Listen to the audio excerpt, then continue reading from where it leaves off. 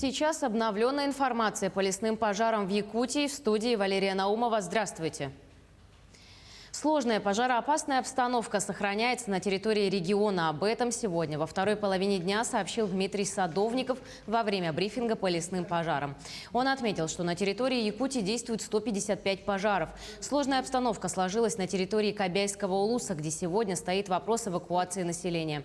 Также сильная задымленность и ветер ухудшают ситуацию с лесными пожарами в ряде населенных пунктов Якутии. Кальвица, глава поселка, ставит вопрос по эвакуации населения и по отселению. Что мы наблюдаем и держим, как говорится, связь. Ситуация осложняется еще ветровой нагрузкой, где на реке шторм, на воздухе не может работать воздушное судно Ми-8. Люди идут наземным путем, помощь. Также ситуация непростая в Намском районе.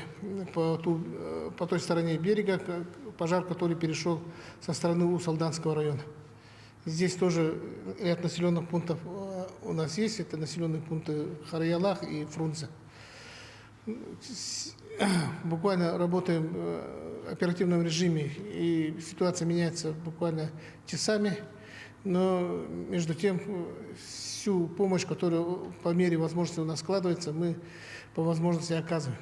Работает воздушное судно Министерства обороны, Министерства чрезвычайных ситуаций, полярных авиалиний, водосливным устройством, и работает прямо на пожарах по тем районам, в которых мы видим возможность работы авиации. В Усть-Алданском районе на сегодня действует 3 лесных пожара. Самый большой из них находится у села Калаи. В данное время там борется с огнем 221 человек и 26 единиц спецтехники. По словам главы района, ситуацию усугубляет ветреная погода, которая наблюдается сегодня на территории Улуса. Также борьба с огнем ведется у Беринского наслега, который расположен в 50 километрах от села Калаи. Отдаленность огня от села составляет 2,5 километра. Здесь также ситуация усугубляется из-за сильного ветра, но ситуация находится под контролем. За это время уже проведена опашка длиной около 10 километров. Встречный отжиг не делается, потому что ветер очень сильный, идет как раз в сторону населенного пункта. Сегодня будут направлены еще один трактор гусеничный с плугом и 10 человек. Также идет пожар на территории Батагайского наслега. Там работает 45 человек и 12 единиц различной техники, в том числе 4 трактора, водораздатчик, автомобиль «Вода», ГУП ЖКХ.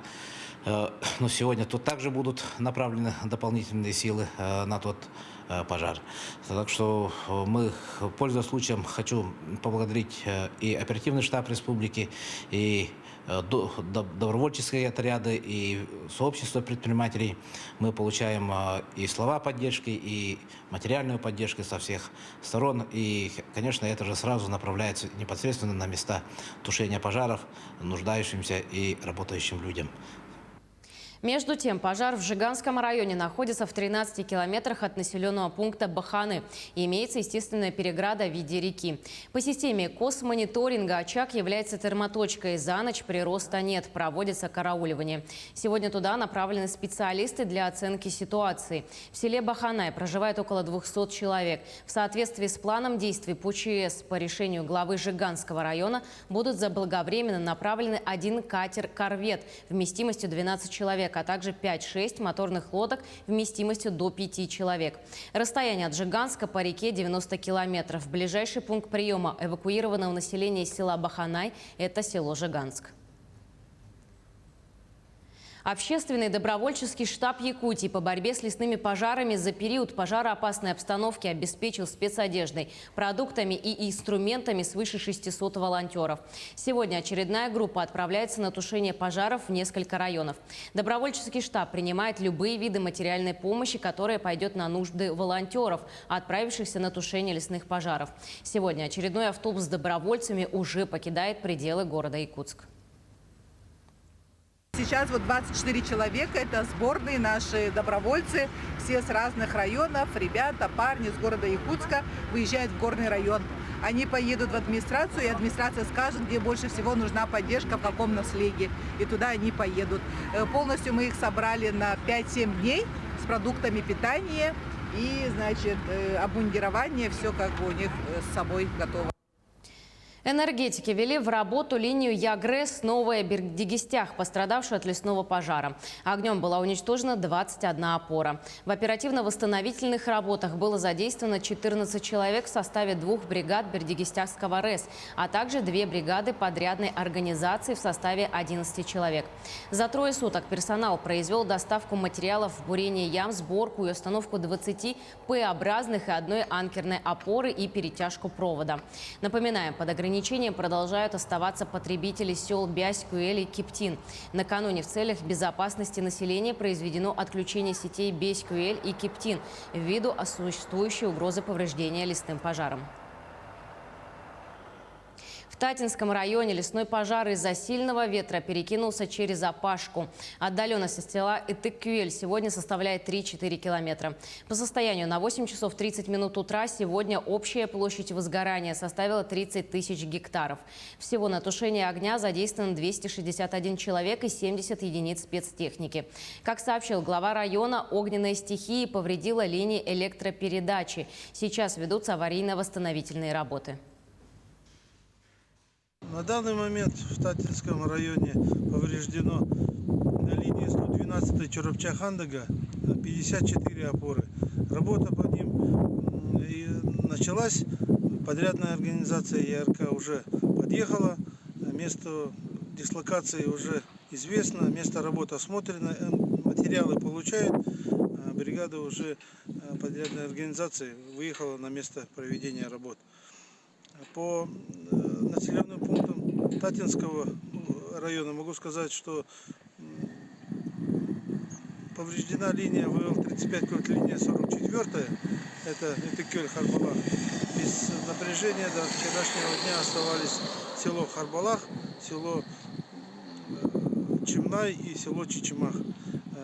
Силами центральных электрических сетей были завезены передвижные дизельные установки 200 киловатт, которые были доставлены до этих сел. И со вчерашнего вечера подано напряжение от передвижной дизельной электростанции селам Чичимах, сегодня с утра Чимнай и Харбалах. Огненная стихия взбушевалась и в Намском Улусе. Сложная обстановка наблюдается в селах Таастах и Идейцы. А в селе Салбанцы с огнем борется 107 человек. Это в основном местное население. Также в селе Кобякон сложная обстановка. Туда будут переброшены дополнительные силы и средства районного центра. В наследии порывистый ветер и в некоторых местах пожар только верховой. Об этом нам сообщил заместитель главы Улуса Василий Филиппов.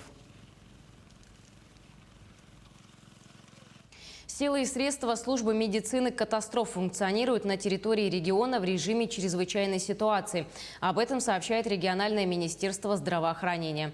Так ведется ежедневный учет и сбор информации о заболеваемости и обращениях граждан в лечебно-профилактические учреждения по поводу ухудшения состояния здоровья в связи со смогом.